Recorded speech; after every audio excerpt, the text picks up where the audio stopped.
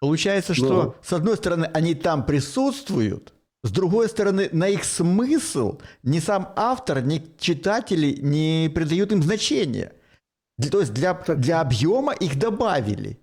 Смотрите, у нас цифры. Как вот с такими цифрами можно мириться? А вы подумайте об этих цифрах.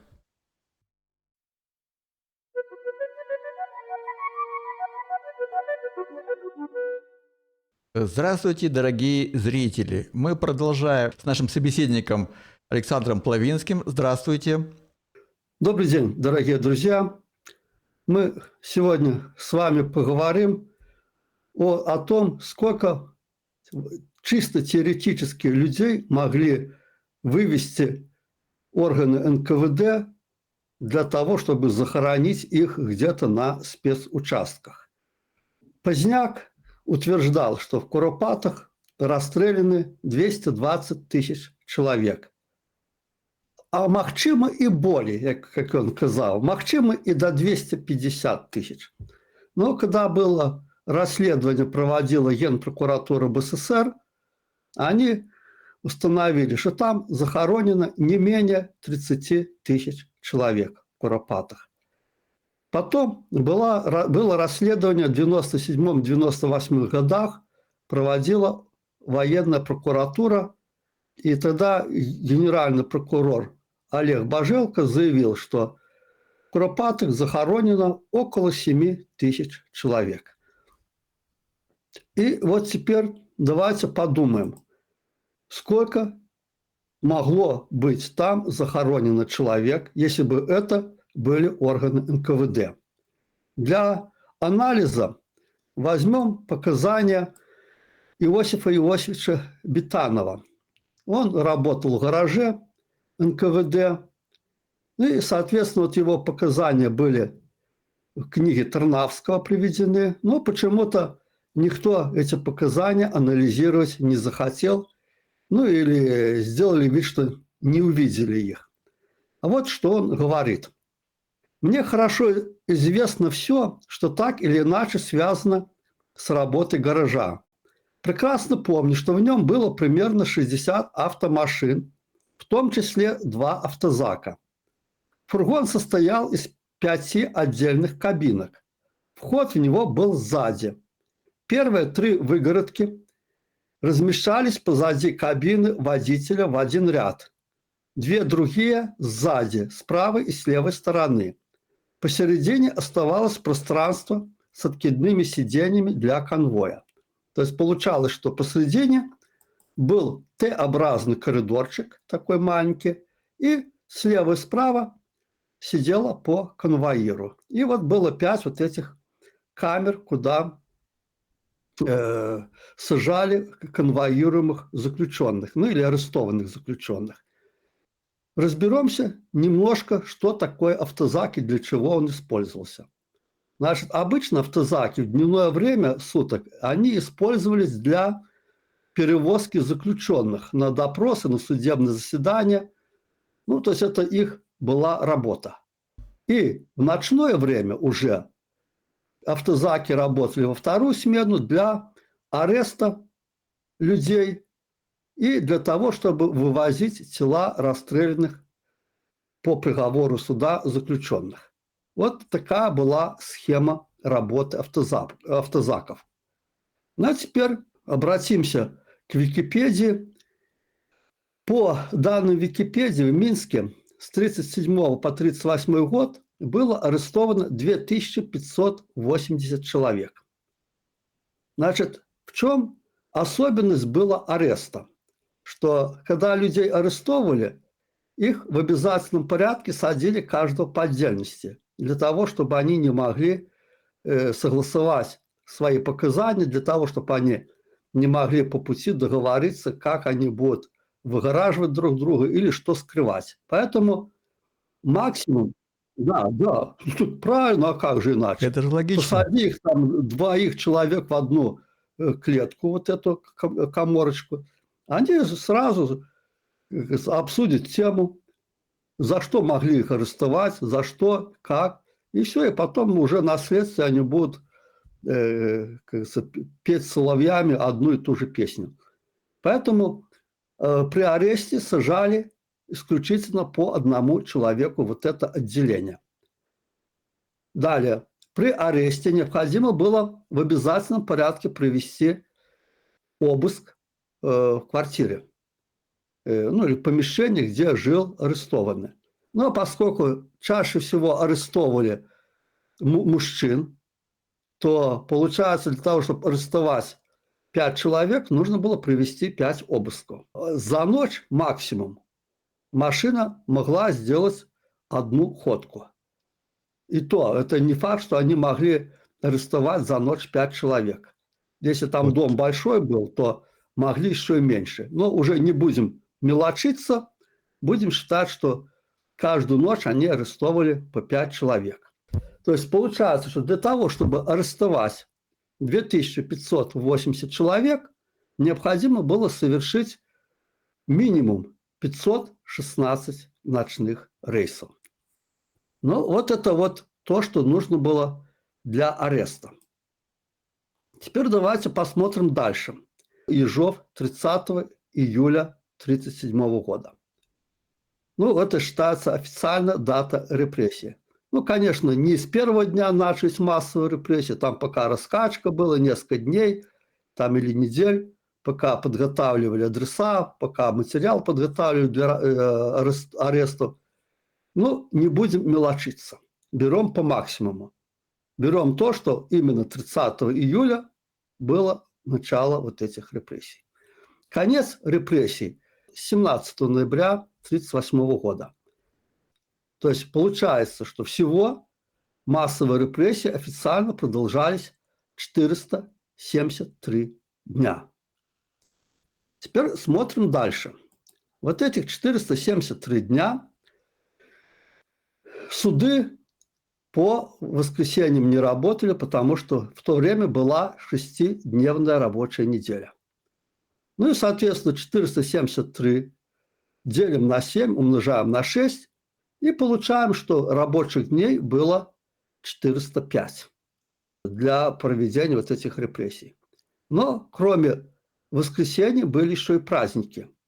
Значит, в 1937 году большинство праздников совпадало с воскресеньем. То есть был только один праздничный день, который не совпадал с воскресеньем, а уже в 1938 году празднику было 5 дней. Ну и в итоге получается, что 405 дней минус 6, получается 399 дней рабочих, когда выносились судами приговоры, ну и, соответственно, потом нужно было этих людей расстреливать и вывозить трупы на спецучастки. То есть за это время два автозака могли совершить максимум 798 рейсов. Ну, то есть чуть-чуть меньше 800. И вот теперь смотрим дальше. Согласно показаниям Битанова, которые он рассказывал, автозак был сделан на основе полуторки. То есть ее грузоподъемность была, берем максимальную грузоподъемность 1500 килограмм. Кунг, который был сделан, я пытался посчитать, его теоретический вес, ну, конечно, тут зависит и от толщины досок, но я уже брал там, чтобы без фанатизма, доски, по-моему, 2 сантиметра толщина, плюс оббивка жестью, ну, разбежка у меня большая получается, в принципе, от 300 до 400 килограмм. Ну, это минимум я брал. Это минимум, конечно. Если там делать укрепление арматуры какой-нибудь, вот этот автозак или еще, ну, по логике, ведь это же было фактически тюрьма на колесах. Она должна была гарантированно обеспечить перевозку заключенных. То есть я даже без арматуры, без укреплений вот этих дополнительных, ну, взял, грубо говоря, 400 килограмм вес вот этой будки. Хотя, если по уму делать, она будет гораздо больше. В среднем человек был в одежде, ну, где-то плюс-минус 75 килограмм. Потому что люди были худенькие, это не то, что сейчас тут нормальный вес 80 килограмм, 90, а то и выше. И вот теперь считаем. водитель. Рядом с водителем всегда ехал старший, так называемый начальник конвоя. То есть вот два конвоира сидели в машине, а их начальник был в кабине. И вот получается, что уже 150 килограмм занято в грузоподъемности автомобиля. Ну и в итоге, если мы от 1,5 тонн, от 1500 килограмм отнимем вес кунга 400, отнимем вот этих вот 150 килограмм водитель и старший наряда, и получается, что на машину остается там вот на грузоподъемность, ну и разделим оставшийся вес на 75 килограмм, остается, что максимум людей могло быть перевозить на трупы людей, это вот 12-13 человек. Значит, если бы возить их на расстрел и расстреливать в лесу, это значит, надо в машину сажать еще 2 конвоиров. То есть это минус еще 2 человека. То есть тогда получается, что максимум, что могли бы заключенных перевозить живыми, это 10-11 человек.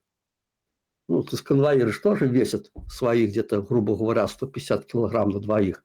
Конечно. Мы берем по максимуму то, что вывозят трупы. То есть за рейс должны вывести 12-13 человек. Ну и вот теперь смотрим. Из 798 рейсов 516 приходились на аресты жителей города Минска. Остальные 282 рейса на транспортировку тел для захоронения.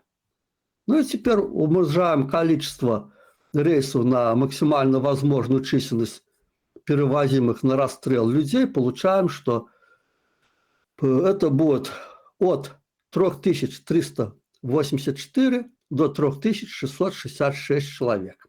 Ну, грубо говоря, Это технический максимум. Да, это технический максимум, при котором машины никогда не ломались, первое, водители никогда не болели, и третье, то, что машины никуда не отвлекались для иной транспортировки заключенных. Ведь заключенные часто менялись между тюрьмами. Не факт то, что они именно вот всю ночь только могли заниматься перевозкой расстрелянных или арестами. Как у них график был. Но мы все это игнорируем, оставляем только по максимуму. И получается, что у нас за период репрессий из Минска на захоронениях спецучастки могли вывести, вот, грубо говоря, ну, максимум 3660 человек. Все. Никаких там 220 тысяч, как заявлял Поздняк, никаких 30 тысяч, как заявляла Генпрокуратура БССР, и даже не 7 тысяч, как об этом говорил генпрокурор Божелко. Таким образом, мы видим, что технические возможности НКВД на то время, наличие 2 автозаков, ограничивалось вот этим количеством людей, которые они могли вывести. Даже если какие-то сделать там допущения, даже что, ну, неважно что, но все равно это даже не тот порядок чисел, который заявляла Генпрокуратура, и на 2 порядка практически отличается от поздняковских цифр. Ну, то есть, грубо говоря, Поздняк там почти в 100 раз увеличил, и все. Как не подгоняй, но на 2 порядка, это, извините. Да, это уже в какие ни ворота? в какие ворота не влазит и ни в какие. Поэтому вот эти цифры и вот эти показания, которые давал Битанов, мы еще к ним потом вернемся. Там интересные показания были. И вот эти показания, они напрочь проигнорированы в книге Тарнавского. И не то, что напрочь, они в наглую проигнорированы. Показания, Тут интересно. потому что... Извините, Да. перебью. Получается, что, с одной стороны, они там присутствуют, С другой стороны, на их смысл ни сам автор, ни читатели не придают им значения. То есть для объема их добавили. Смотрите, у нас Да. цифры. Как вот с такими цифрами можно мириться? А вы подумайте об этих цифрах. Так помните, вот мы когда-то разговаривали по поводу леса, вот этот лес-брод, когда идут показания, разные люди дают противоположные показания, но выбирают те, которые и должны подтверждать концепцию Поздняка. То же самое происходит и здесь. И вот мы к этим автозакам еще не раз вернемся, когда будем дальше разбираться, потому что эта тема очень интересна. Ну и плюс, это же сами работники НКВД показывали. Битанов сам возил людей на этом автозаке. И когда он говорил, что я, говорит, поехал, и мне сказали ехать в московском направлении. А Куропаты находится по Логойскому направлению. А это уже совсем другое направление, это раз. А во-вторых, московское направление, оно же подтверждалось показаниями Адамушка, когда он говорил и писал, и потом говорил, вот я лично слышал это на конференции краеведов, когда Адамушка сказал, что да, было два спецучастка НКВД, одно в районе Степянки, второе возле Колодища. А это оба направления Москвы. То есть Битану и его показания подтверждаются параллельными данными. То есть и сомневаться в том, что он вот тут врал, ну, как-то уже неинтересно. И тем более еще есть маленький момент, такой чисто практический. Почему было взято московское направление? Потому что по Логойскому там много было домов. Я когда карту смотришь, вот именно вдоль этой улицы много было построек, там воинские части были. А московское направление, оно фактически заканчивалось жилые дома парком Челюскинцев. То есть там была выставка, это уже нежилая территория была. Ну а теперь представьте себе на момент. Едет автозак полный трупами. А ведь у каждого во дворе, тогда же Минск был деревянной застройки окраины, у каждого во дворе была хорошая собака, которая за полкилометра уже начнет выть. И вот едет автозак, и вся улица начинает собаки выть по всей улице. И, судя А по на всему, московском- каждый день. Да, а на московском направлении там были более такие высотные дома, ну, в смысле, уже кирпичные стояли. Деревянных застроек было гораздо меньше, и вывозить в московском направлении было уже более скрытно. То есть вот как-то вот так вот. Понимаете, то есть здесь все логично. С этим московским направлением никаких тут возражений нету. Вот как-то вот так вот. Вот Ну, так вот как мы простая видим, математика, да, простая Да, математика. я думаю, пока на этом мы завершим Спасибо. Очень интересный нашу эпизод, беседу. который в копилку идет, да. Да, вот. Все, добренько тогда. До свидания. До новых Спасибо, встреч. до свидания. Будем считать дальше эти эпизоды. До свидания.